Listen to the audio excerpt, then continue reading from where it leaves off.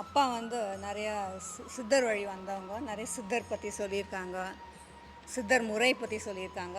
அப்பாவுக்கு அப்புறம் வந்து ஹியூஜ் கேப், யார்கிட்ட போய் இந்த மாதிரி நம்ம கேட்க முடியும்? ரொம்ப நாளாக you searching for someone, and நீங்கள் மட்டும்தான் சார் அந்த மாதிரி சொல்கிறீங்க. அதாவது எவ்வளோ சிம்பிளாக வந்து அவங்க அவங்க சொல்கிறது நம்மளுக்கு எதுவுமே புரியாது, but he's giving it is in such a simple வே. நம்மளுக்கு எவ்வளோ எளிமையாக புரியுமோ அந்த மாதிரி சொல்லி நடைமுறையில் நம்மளை பழக்க வைக்கிறது பெரிய விஷயம்.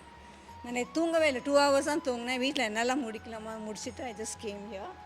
நான் வந்து லேட்டாக வரவே, எனக்கு தெரியாது 9 times சுற்றணும்னு தெரியாது, 3 times தான் சுற்றணும்னு நினச்சி 3rd time சுற்றி வரேன். when I went that side I found a huge shift inside me. எனக்கு அப்படியே ஒரு இன்னர் சேஞ்ச். ஏன்னா 4 years-ஆக ரொம்ப கஷ்டப்படுறோம் ஹோல் ஃபேமிலி. ஓகே, என்ன தொட்டாலும் so much of blocks. எனக்கு somehow I know இனிமேல் வந்து we will be able to overcome it only because of you.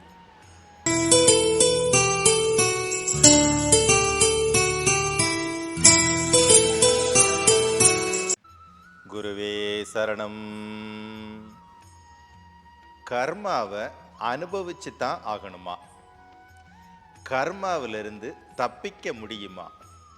கர்மாவிலிருந்து relieve ஆக முடியுமா? அதாவது அழிச்சிட முடியுமா? எல்லாருமே என்ன சொல்லுவாங்க அப்படின்னா, கர்மா வேற வழி இல்லை, யாரா இருந்தாலும் அனுபவிச்சு தான் ஆகணும், அதை தப்பிக்கவெல்லாம் முடியாது அப்படின்னு சொல்லிட்டு தான் எல்லாருமே சொல்றது வழக்கம். இப்போ பிறந்தால் ஒரு நாளைக்கு இறந்து தான் ஆகணும், பிறந்தவங்க ஒரு நாள் செத்து தான் போகணும், இது மாதிரியே தான் கர்மா அப்படின்னா கண்டிப்பா அனுபவிச்சு தான் ஆகணும். இது பரவலாக எல்லாருமே பேசக்கூடிய உணர்ந்த ஒரு வார்த்தை. இதை அப்படியே இந்த பக்கம் கொண்டு வாங்க. சித்தர்கள் மரணத்தை ஜெயிச்சிட்டாங்க. ஒரு குரூப்புக்கு மரணத்தை ஜெயிக்கிற அளவுக்கு டேலண்ட் இருந்திருக்குது, மரணத்தை ஜெயிக்கவும் செஞ்சிருக்காங்க. ஒரு குரூப்பு கர்மாவை ஜெயிச்சிருக்காங்க, இல்லாம பண்ணியிருக்காங்க. அப்ப நாம மட்டும் ஏன் கர்மான்னா அனுபவிச்சு தான் ஆகணும், பிறந்தா ஒரு நாளைக்கு செத்து தான் ஆகணும்னு சொல்லணும்? இப்போ இந்த இடத்துல நமக்கு ஒரு தெளிவான புரிதல் வேணும். என்ன அப்படின்னா, கர்மா மேலையும் மரணத்தின் மேலையும் நமக்கு ஒரு விழிப்புணர்வு இருக்குமேயானால் இரண்டையுமே நம்மால் கையாள முடியும், வெல்ல முடியும். அதுதான் உண்மை. ஒரு சின்ன எடுத்துக்காட்டு சொல்றேன் பாருங்க, ரொம்ப சாதாரணமான எடுத்துக்காட்டு. நீங்க நடக்கணும்னு நினைக்கிறீங்க, நடந்து உங்களுக்கான இலக்கை போய் தொடணும்னு நினைக்கிறீங்க. வார்த்தைகளை தெளிவா கேளுங்க. நீங்க நடந்து போய் உங்களுக்குன்னு ஒரு இலக்கு இருக்கு, அந்த இலக்கை போய் தொடணும் அப்படின்னு நீங்க நினைக்கிறீங்க. முதல்ல நடக்கிறதுல இருக்கிற சூத்திரத்தை தெரிஞ்சுக்கோங்க. நடக்கும் பொழுது ஒரு கால் தரையில் இருக்கும், இன்னொரு கால் இப்படி தூக்கிய நிலையில் இருக்கும். இந்த தரையில் இருக்கிற கால் ஃபிக்ஸடு, அதையும் தூக்கிட்டா நம்ம கீழே விழுந்துருவோம். இன்னொரு கால் ஃப்ளெக்சிபிலிட்டி, அதை நீங்கள் எங்கே வேணாலும் வைக்க முடியும், எவ்வளவு தூரத்தில் வேணாலும் வைக்க முடியும். நல்லா புரிஞ்சுக்கணும். நடக்கணும் அப்படின்னா ஒரு காலை தூக்கணும், ஒரு கால் கீழே இருக்கணும். இந்த கீழே இருக்கக்கூடிய கால் ஃபிக்ஸடு, இந்த நடக்கிறதுக்கு இன்னொரு கால் ஃப்ரீ, அதை நீங்கள் எங்கே வேணாலும் வைக்க முடியும். இந்த ஃபிக்ஸடாக தரையில் இருக்கக்கூடிய கால் தான் ஏற்கனவே உங்களாலும் உங்கள் முன்னோர்களாலும் உருவாக்கப்பட்ட கர்மா, அதை மாற்ற முடியாது. ஆனால் இன்னொரு கால் இருக்கு பாருங்க, அது நீங்கள் இனிமேல் செய்யக்கூடிய கர்மா. இந்த இடத்துல ஒரு அழகான தெளிவும் புரிதலும் இருந்தால் இந்த கர்மா தானாவே காணாம போயிடும். இவ்வளவுதாங்க ரகசியம். இந்த காலை தூக்கி எவ்வளவு தூரத்தில் வைக்கணும், எங்க வைக்கணும்?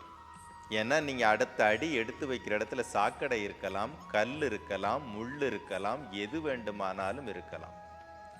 அல்லது இந்த காலை தூக்க முடியாத அளவுக்கான தூரத்திலும் வைக்கலாம், இல்லை அப்படியே தூக்குன வாக்கிலே நிற்கலாம், எப்படி வேணாலும் செய்யலாம்.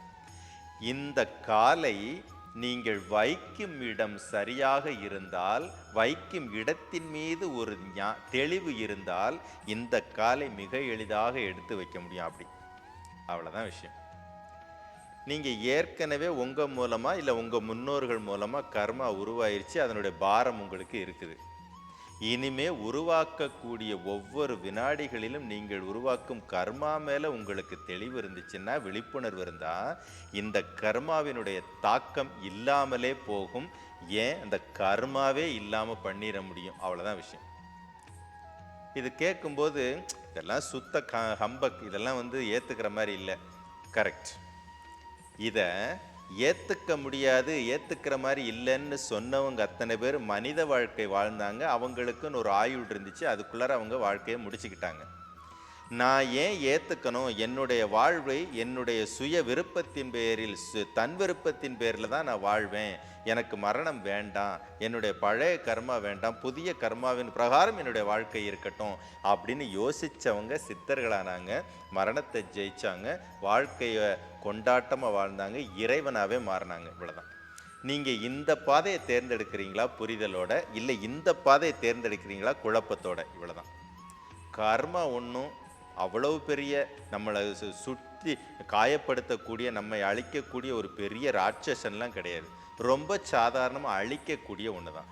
சின்ன கோடு பக்கத்தில் பெரிய கோடு போட்டால் சின்ன கோடு காணாமல் போயிருச்சுங்கிறது தான்.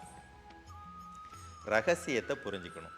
நீங்கள் இனிமே செய்யக்கூடியது அனைத்தும் நன்மையை பல மடங்கு தரக்கூடியதாக இருந்தால், செய்யக்கூடிய விஷயங்கள் அனைத்திலும் விழிப்புணர்வு இருந்தால், ஏற்கனவே இருக்கக்கூடிய அந்த அழுக்கு காணாமல் போய்விடும். அவ்வளோதான். அழுக்கு இருக்குங்கிறதுக்காக வேண்டி நம்ம குளிக்காமல் இருப்போமா? அது மாதிரி தான்.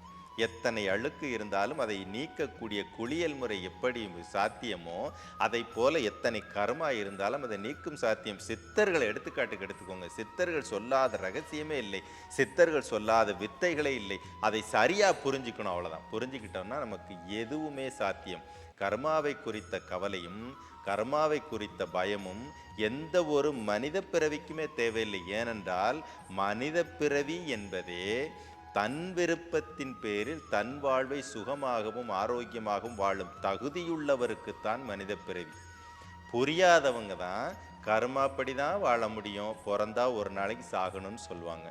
புரிஞ்சவங்களுக்கு கர்மாவை நான் ஏன் அதன் பிரகாரம் வாழ வேண்டும், அந்த பலனை நான் அனுபவிக்கணும், நான் புதியதாக பிறந்து புதியதாக வாழ்கிறேன், நான் ஏன் மரணத்தை வரவேற்கணும், எனக்கு மரணம் தேவையில்லை அப்படிங்கிற முடிவுக்கு இந்த ரூட்டில் போகிறவங்களால மட்டும்தான் போக முடியும். எனவே கர்மா உருவாக்கத்தில் தெளிவு இருக்குமே ஆனால் பழைய கர்மாவினுடைய பாதிப்பை நாம் அனுபவிக்க வேண்டிய அவசியமே இருக்காதுங்கிறத ஞாபகம் வச்சுக்கோங்க. குருவே சரணம்.